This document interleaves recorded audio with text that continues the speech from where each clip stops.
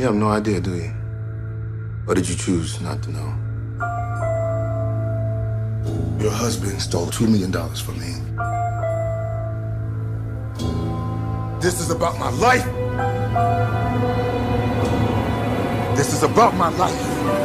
Hello, listeners, and welcome to episode 19 of the DNA Film Wars podcast. Today we are discussing Widows, directed by Steve McQueen, written by Gillian Flynn and Steve McQueen, based on the novel by Linda LaPlante, French, starring Viola Davis, Michelle Rodriguez, Elizabeth Debicki, and Liam Neeson. And Dylan, what are your initial thoughts on this here film? it was pretty good. It wasn't bad. It wasn't as good as I thought it was going to be, or as I heard it was going to be. I think you could probably consider this one almost Oscar bait, just because of certain reasons we won't get into. But overall, it wasn't bad. There were a lot of characters. It's decently written. It's very well acted, and it's very well made. So it's not bad. Yeah, I'll agree. Initial thoughts: it's a pretty good. It's a pretty good movie. There are lots of characters. We'll talk about which ones I think are unnecessary, which ones could have been left on the cutting room. Well, actually, probably couldn't have been left on the cutting room floor. Should have not been in the script in the first place. And there are. I mean, I'll be frank with the listeners. There is lots of social commentary in this film, and I've said it before. I do not like it when films beat you over the head with their message, no matter what that message is. And this is a film that beats you over the head with its message. But we'll get into all that when we start talking about our story. So, what do you got to say about the story, Dylan? Overall, the story's not terrible. There are certain aspects that are good, certain aspects that aren't. I will say that the way it's written, my notes here say that the way it's written, there are certain scenes that they did a real good job building tension in. Some of that can probably be attributed to Steve McQueen's direction, but we'll get into that later. Probably most of it. That's fair. But overall, I mean, it's got some pretty tense scenes that I thoroughly enjoyed. I mean, I really liked the heist scene. Worked really well for me. Some other scenes worked pretty good. For the most part, our main characters in this movie, all of their central storylines are really good. I really like Viola Davis's story, and her and Liam Neeson together. There are certain aspects of their storyline that I don't care for, but overall, their story works really well. Elizabeth Debicki, whose character's name is Alice in the film, her story after her husband dies is pretty interesting, I guess. I mean, her mother basically walks up to her and was like, I don't know how you have a way to make money. Why don't you just basically prostitute yourself out through this app? I'm like, wow. Which she does. But I mean, it makes her some money, and I guess the character who ends up paying for her accompaniment, or I guess her services, he's not a necessary character, but I mean, I guess he does help drive the story along to a degree. They could have found another way to do it. He's kind of a pointless character. I mean, he does help them find out some information that helps them with their heist, but I mean, I guess he technically could have been left out. But I mean, her storyline is still good. I still enjoy her. She's one of the better parts of the film. I think the plot twist in this movie it's pretty solid. I saw it coming for the most part, probably maybe about 10 or so minutes before they actually revealed it. Really? Probably about 10 minutes before they revealed it. I mean, right about the time she walked in the door of the house, which was maybe not 10 minutes, maybe like 5 or 6 minutes, but I mean, it took Aaron until they opened the door to figure it out. I'm kind of slow. I didn't see it until they revealed it, and I was like, oh. Aaron went a little dark, but I'll let him tell you that.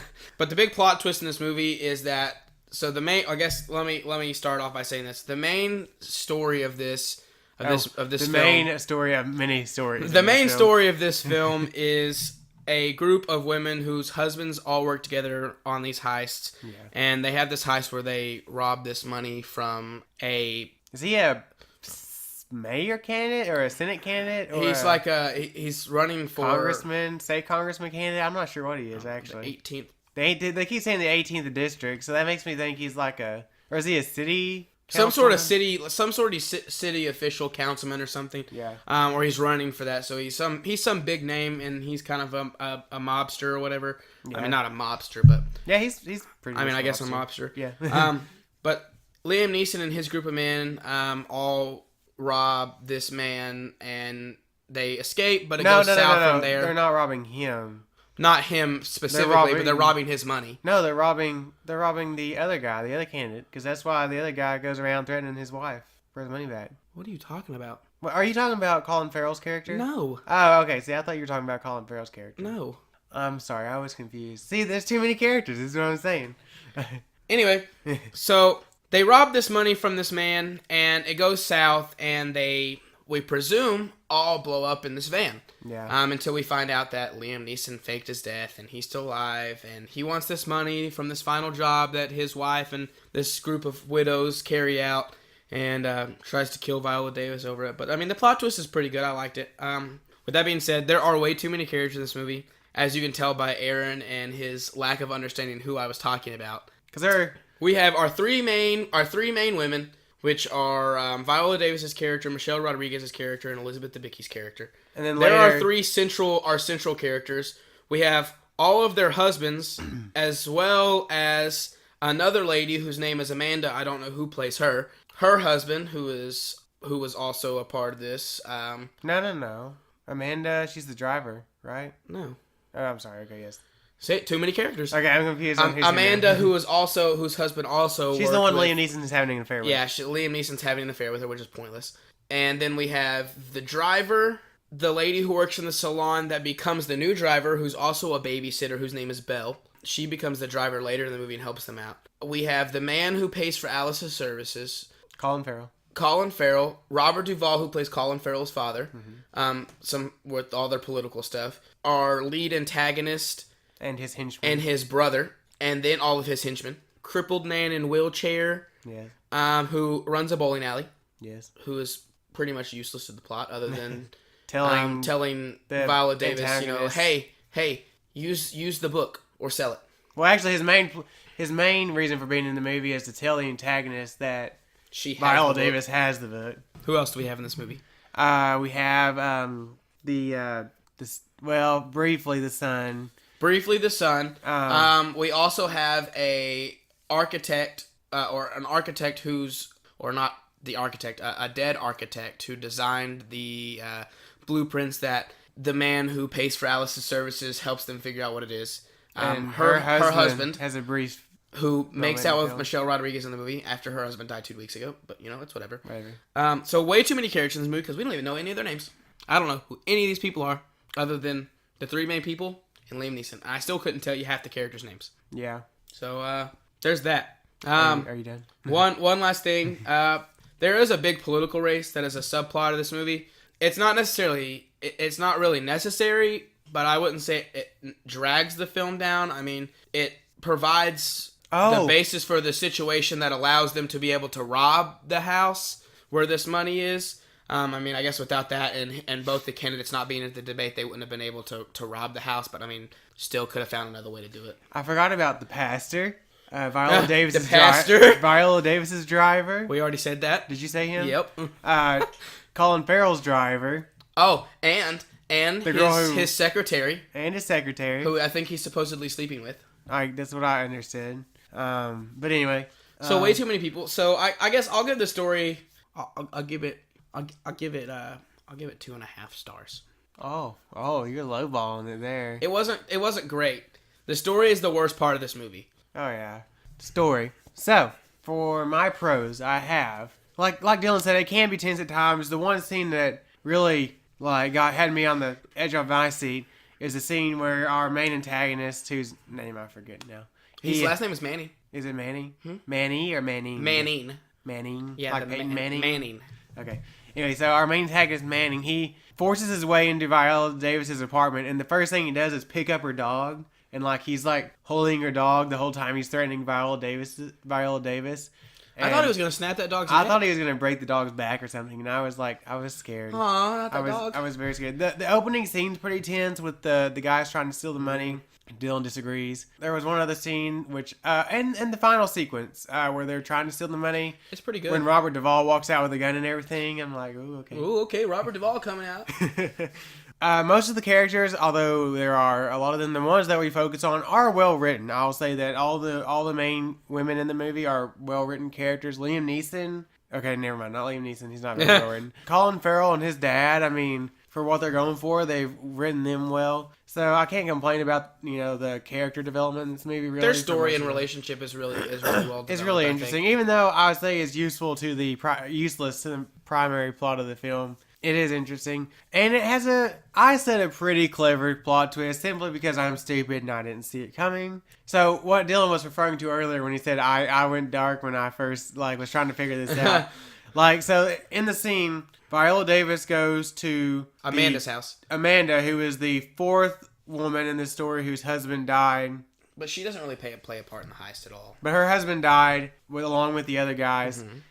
And Viola Davis is going to her house because she needs a new driver because her driver got killed by the bad guys. And she won't help. And she's refusing to help. But anyway, so she walks into her house and she sets her dog down. She takes her dog everywhere with her in this movie. The dog is her emotional And this dog, and we've already established in an earlier scene that the dog reacts to stuff that Liam Neeson wore because she walked into his his lair or whatever. And he was barking at his jacket. Anyway, so he goes up to this door and he's clawing at it, barking at it. My first thought is, being the wonderful soul that I am, I'm like, oh my god, this Amanda chick has their charred bodies up in this closet or something. But no, it's much less dark, much more. No, as soon as she walked into the house and set her dog down, and her dog ran off into the kitchen and started as soon as that dog ran off, I'm like, Liam Neeson's gonna be in the house. Yeah. And then we find out. I mean, she walks over to where this little end table is sitting. And it has this flask that we saw earlier in the film. That's Liam Neeson's, and it's the dog scratching on the door, barking at the door. And then Viola Davis's character leaves, and then Amanda goes and opens the door, and then you see Liam Neeson sitting there, and she says something to the effect of, "You always ask for too much, or want more, or something like that." Something like that. Anyway, so getting on to my cons. There are too many characters, like Dylan discussed. Way too many. We are flooded with characters. I like films that are really focused, and this film is not focused. This movie is branching out all over the place, and I feel like we would have benefited had we focused on the lives of our main three protagonists, maybe four, if you include the lady who they get to drive the van later. Maybe if you had those four characters and you focused on their lives more and why they felt like they needed to take this job in order to get out of this situation. Because one of my biggest plot holes in the movie is I don't know if it's plot hole. I mean, they try to explain it away. I don't know if I accept it. But Viola Davis, she gets threatened. So she she invites all these other women to this meeting at this hotel or whatever. And or at this country club, or I don't know what it is.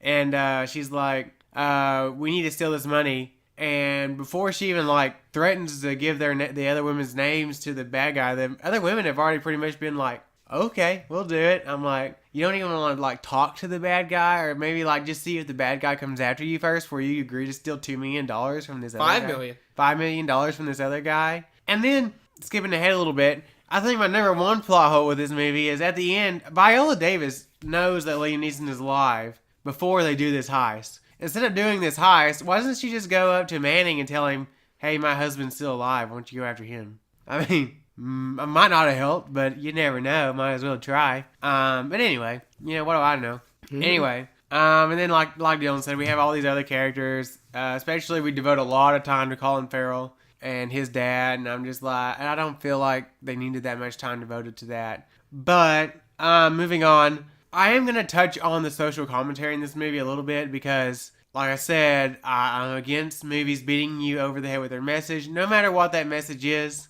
this movie beats you over the head with its social commentary at every angle, and there's more than one social issue they're touching on here. Some people appreciate that, and I mean, I don't have a problem with any of the issues they're bringing light to here. I just wish it had been a little more subtle. But, that's just me, whatever. And then, like I've talked about, with the characters, there are too many subplots. You have the main plot of these women wanting to go do this heist to get these mobsters or whatever off their back. Then you have the the mayor or city councilman race or whatever subplot going on. And then you have, all the individual girls, own subplots. They devote a lot. Actually, I will say that they devote as much or more time to Elizabeth Debicki's character. What's her name in the movie? Alice. they devote more time to Alice, as much or more time to Alice in this movie as they do to Viola Davis's character. And I think Alice's character is really well written, actually. She gets beat on by her boyfriend, and then when her husband, I'm sorry. And then when her husband dies, she gets beat on by her mother, and then basically sold into prostitution by her mother. And then Viola Davis slaps her. And then Viola Davis slaps... But she slaps Viola Davis back? Yeah, she slaps Viola Davis back. Like, you don't hit Viola Davis like that. Yeah. And, like, she has the biggest arc in the movie, because she goes from kind of this meek, mild woman to this really strong woman who's, out for herself by the end of the movie. Everybody else, like, Viola Davis really doesn't have much of an arc in this movie. She's tough at the beginning. She's slightly tougher at the end. Now, Michelle Rodriguez doesn't have much of an arc. She's kind of tough and scary looking at the beginning, and she's still kind of tough and scary looking at the end. I mean, like I said, I said they were well written, but I will say the character I think is least benefited of our main cast here is Michelle Rodriguez. I think her arc is underserved by the script the most. I think Michelle Rodriguez can be a talented actress. I think she does a good job here. She's just not given much to do. She doesn't actually help the team much. Like Viola Davis is all big about, you gotta do your job for us to get this done. Well, the only job she gives to Michelle Rodriguez is to go and figure out where the safe is. When these blueprints came from. So Michelle Rodriguez goes out to do this. She doesn't get it done. So Elizabeth Debicki gets it done. Alice ends up getting all the jobs done by the end of this. I don't know, why can't Michelle Rodriguez drive? I didn't understand why they were freaking out about a driver. I thought Michelle Rodriguez could have done the driving. And then, like, she does nothing useful to the team except help out Alice at the end when Alice gets shot. I mean, I feel like Michelle Rodriguez here is underserved. But anyway, moving on. I think I've ranted on about this enough. I'm gonna give the overall story, I'm gonna give it a little bit higher than Dylan. I'll give it 3 stars just because I think there are strong elements to this. Like I said, there are tense moments. I do like some of the development for the characters. And it is clever, maybe too clever for its own good at times. And I can appreciate the messages that Steve McQueen was trying to get across with this film. I just think it gets kind of murky and muddled by all the plot lines going on. So, story, I'll give it 3 stars. So let's get into this acting. As far as acting goes in this movie, everyone does a pretty much everyone in this movie is very good. Viola Davis and Elizabeth Debicki are the 2 best actresses in this film. They are great. I would almost say Elizabeth Debicki stands out a little bit more than Viola Davis because, like you said, her character's arc overall is a little bit more like changing. Like her arc changes and how she like develops as a character is better than Viola Davis. But I mean, Viola Davis, I mean, you got to give her credit. She's great in everything. I haven't seen her do anything bad. Elizabeth Debicki, I haven't seen her in a whole lot. I mean, I know she's Aisha in Guardians 2. She's been in a couple other things. She's been in Baz Luhrmann's 2013 version of The Great Gatsby that had Leo in it. That was actually a pretty decent movie. She's been in a couple other things that I couldn't tell you, but I mean, everything that I've seen her in, she's been pretty good in. Yeah. Liam Neeson in this movie. He's not in it much. Yeah, he's maybe in it 10 minutes of screen time, 12. 15 minutes is pushing it. Colin Farrell, though his character might necessarily not be the most important character, he's good. He's Colin Farrell. Does a good job. Robert Duvall is good. He's Robert Duvall. I don't know who plays our lead antagonist. I didn't write his name down. He's good. He comes off as menacing in the film. What is the guy that played in Get Out that plays his brother? His name is Daniel something. I'm not even gonna try to pronounce his name because it's a weird one. He's really good. He might be more menacing than his older brother. He is. I love that scene. There's one particular scene that I forgot to talk about. That scene was great. I know what scene you're talking about. When he pulls out, they have these 2 guys locked in a dumpster that are locked in a dumpster, or it's not a dumpster. It's actually an equipment locker, whatever, in a gym, and they're rapping, and he goes in there and he tells them to get out, and they get out. Get out. So they get up out of this thing and they walk into this gym where him and this whole group of people are, and he tells them to start rapping. He walks over to him and he tells them to start rapping, doing what they were doing before. And he gets all up in their face. They start getting into it, all right, and then all of a sudden he just pops him right in the head. Yeah. I'm like, all right. He pops the first one in the head, and he tells the other one to run. He goes run, and then he goes pop. I'm like, yeah, like, all right, I like it. He's really good in this movie. Michelle Rodriguez, I mean, she's the only thing I've seen her in. I've not seen Resident Evil, which Aaron says that she is in. Yeah. Because I don't care. Because it's not bad. She is in a good majority of the Fast and Furious movies. Blech. And she's okay in those. Is anybody in those movies good besides Paul Walker? Don't you talk about The Rock that way. I mean, The Rock. Or Vin Diesel. Vin Diesel is... What about Kurt Russell in the newest ones? Is Kurt Russell or Jason Statham. Is Kurt Russell in Fast and Furious? Yeah. I haven't watched that far. Okay. But Michelle Rodriguez in this movie is surprisingly pretty good, even though her character doesn't get a whole lot of development over the course of the movie. She's surprisingly really good. So, I mean, everyone does a great job in this. It is 100% the strongest aspect of this entire film. I can't give 0.25s. If I could, I'd probably go 4.75, but I'm going to give it 4.5 stars. All right, yeah, acting, I'm going to say the same thing. Great across the board. Viola Davis and Elizabeth Debicki stand out above everybody else, just mostly because of the writing of their characters is above everybody else.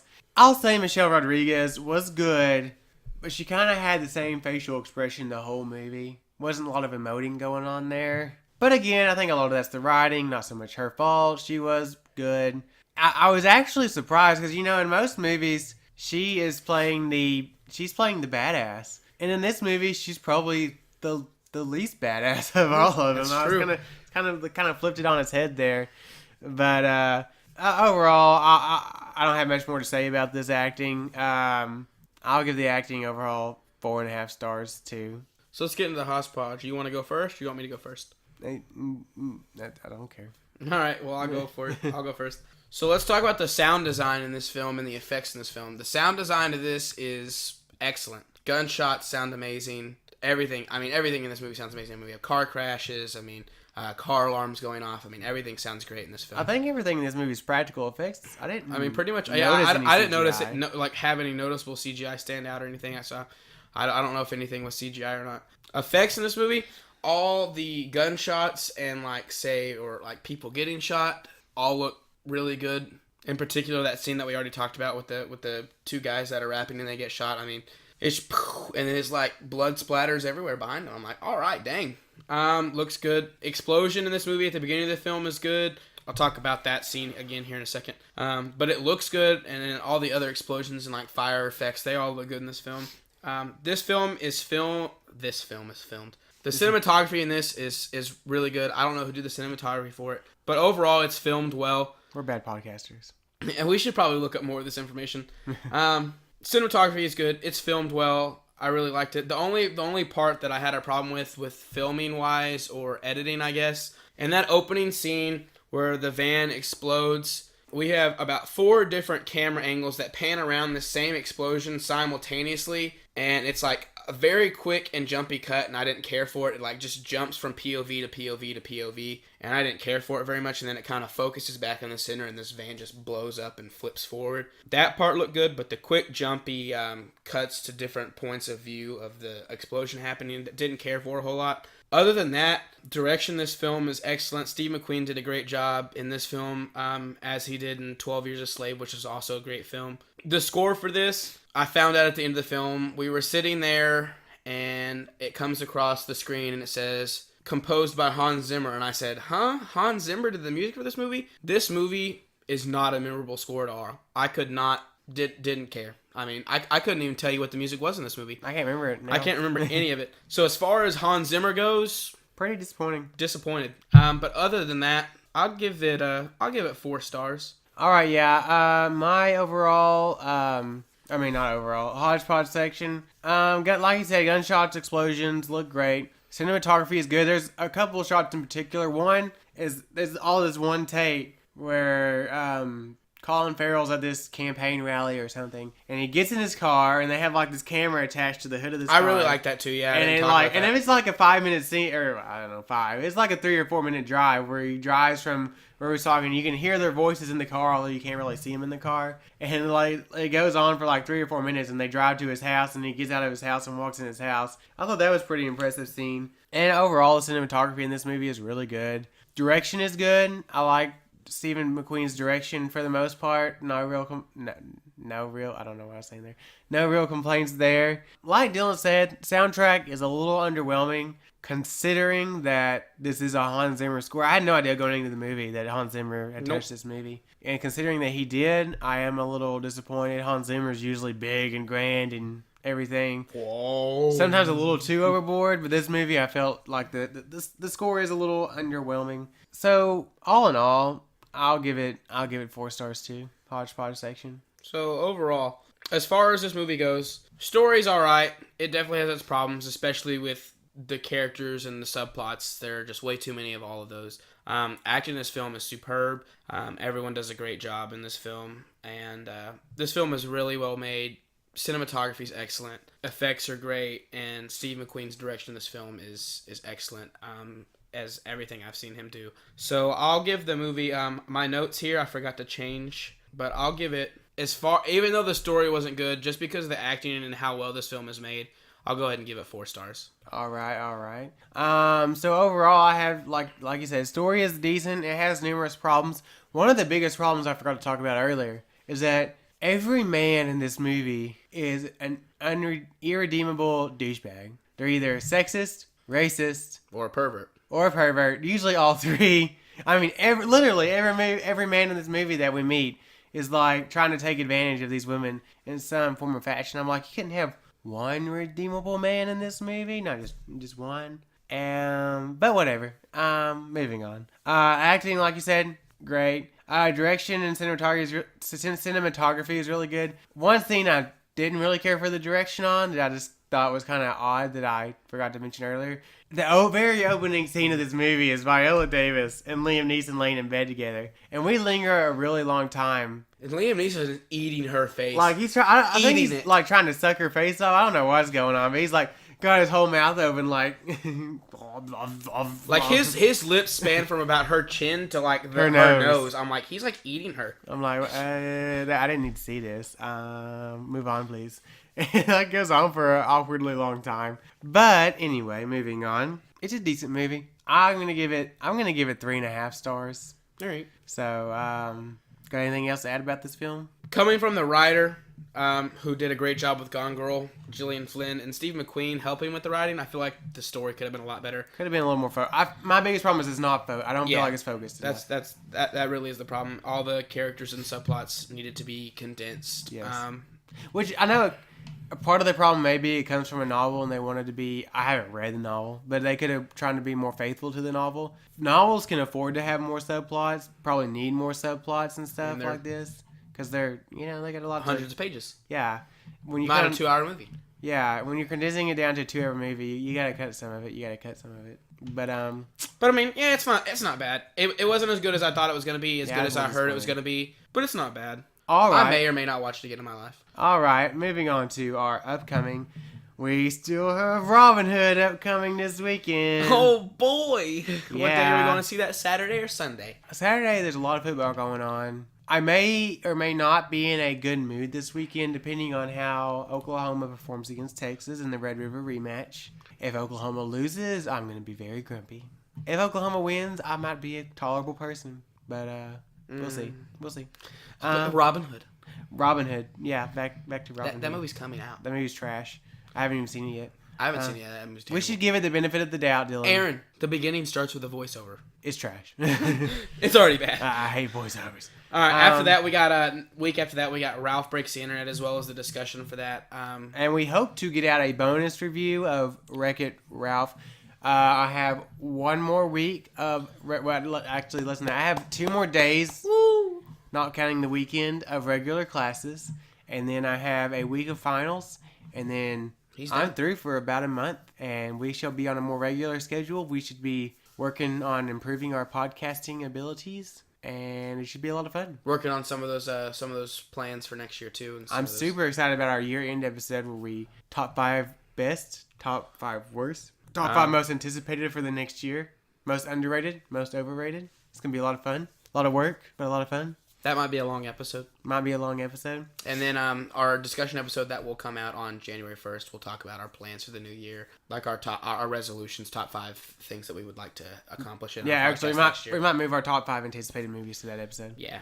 But we got a lot coming up. We're really excited. A lot of things happening for us. Yeah, we got like 10 regular. We got like listeners 10 now. regular followers now. Look at us go. We've been doing this a month? We're famous. A little bit over a month. We got 10 followers.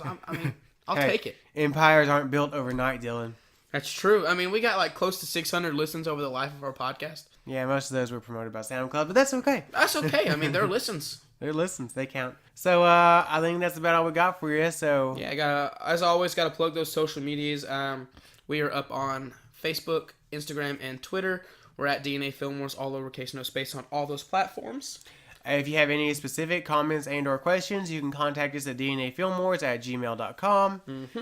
If you want to leave a comment for us on any of the podcasting services or YouTube, we're up on all those. We're up on all of them. Please leave us a comment. Tell us if we're doing good, bad, give suggestions. We're open to constructive criticism. Yes, and non-constructive criticism, just if you feel like it. It's whatever. If you feel like we totally wasted your time, tell us. I feel like I waste my time all the time. But anyway, I think that's all we got this week, man. With all that, I think I've been Aaron. I'm pretty sure I've been Dylan. But I'm not sure. I might have to double check. So we'll see you guys next time. Tonight, something bad. Mr. Mulligan, your family's been involved in Harry's life for many years. I need help. I don't see what I can do. Our husbands aren't coming back. We're on our own.